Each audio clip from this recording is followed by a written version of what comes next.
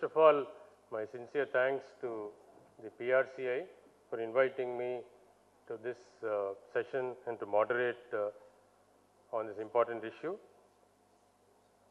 But I should confess that when my very good friend, guide and inspiration in advertising, Mr. Neelu, and my friend BNK and Agarwal asked me to do this discussion post-lunch, I did not have the courage, because doing a post-lunch session, especially for people losing siesta, to hear a discussion needs a lot of courage from the speakers. But I could not say no. Therefore, I am here. I thought I would interact with you and learn, from your experiences and questions that will come. Yesterday's events, in fact, totally put me off this entire subject. What happened yesterday was too devastating, and today we had lots of follow-up to do. So I asked my good friend Sudeep and also Mr. Bhatt if we can slightly change this session. Instead of having all of us giving 15 minutes presentation, what we thought was we'll speak for a few minutes, then we'll hopefully involve the audience into asking questions to the speakers. And I also, since I'm paid to ask questions, I will try to pose a few questions and change the whole thing into a more interactive session. As far as I would like to state a few things. Recently Warren Buffett, he was asked whom would he employ first, and a few characteristics were given.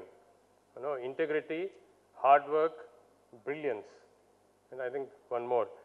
Now he said he would choose a person with integrity, then brilliance, then hard work. And what I could decipher from this is, integrity, whether in personal life, corporate life, or social life, is becoming the most important thing today. Corporate governance, integrity in leadership are all issues that have become very, very important. The second thing, I would like to say that in India, there is a great investment appetite. Lots of people want to invest money. They are looking for, avenues, products, and places where they can invest. So this afternoon we have Sudeep who will throw some light on that.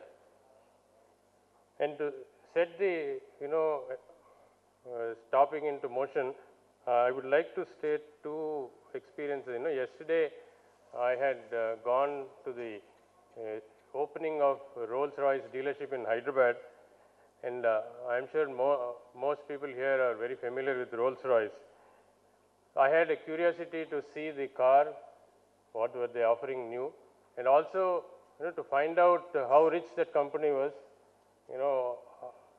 I need to be very rich to buy a car, but how rich is Rolls-Royce, what they want to do. And to my surprise, there was a lot of praise, a lot of excitement about the car. We all enjoyed seeing it, but in the question answer session, we did not get any financials, we did not get any numbers. It was just, praising, eulogizing Rolls-Royce, and Rolls-Royce connection with Hyderabad. And I think this audience, your Hyderabadis, you will know that at one time, the Phantom and the Ghost were roaming around in the streets of Hyderabad like a Maruti car a few years ago. The Nizams had the highest number of ghosts or phantoms, 50 at a time.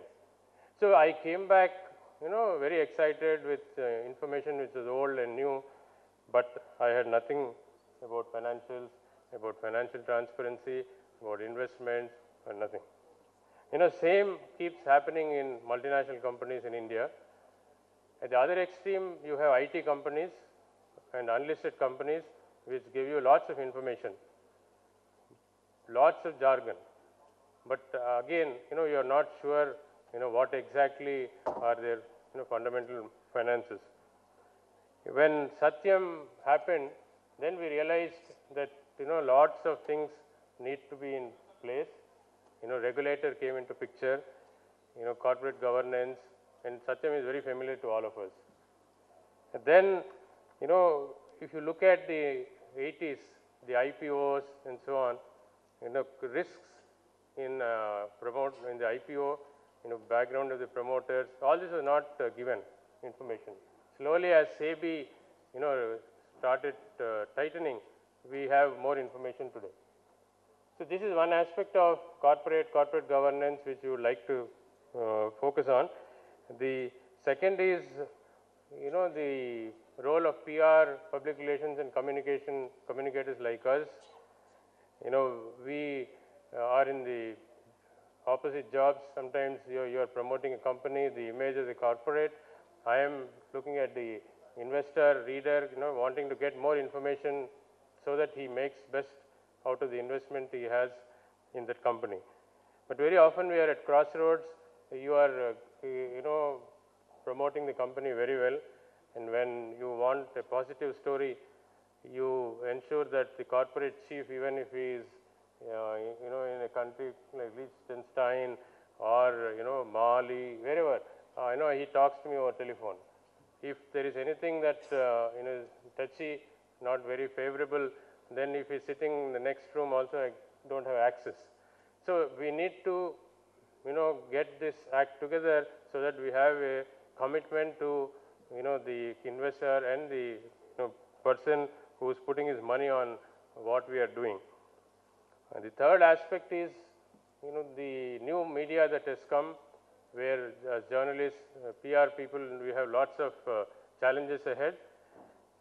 We have Facebook, we have Twitter, in addition to print, TV and, online media exploding. Some of the corporates, honchos like Anand Mahindra tweets, sometimes we get some insights and stories from him. But at the same time, if there is something, unpalatable to a company, it spreads across the globe very fast. So there is a new opportunity for, I think, PR and image management on the online and internet. So there is, lots of things that, financial communication, financial reporting, corporates, and, we all need to do in the next 10 to 15 years. There are many challenges, more openness, more transparency is really required. So I wish we have a fruitful discussion, and I would like to just tell you an interesting, story that evolved out of all this. Satyam scam. We were all so excited about the brand, about the company, about making money and all that, but we did not know a lot of things that were behind this. We used to ask in press conferences, what is this 500 crores, FD, 500 crores excess you have? So the answer would be that, we are going in for acquisitions quarter after quarter. But the company looked like the in thing to be. So there's a Telugu film which is made called Chintakayala Ravi. This chap from village in East Godavari district, typically at that time it was Amalapuram to Amirpet to America. That was the route.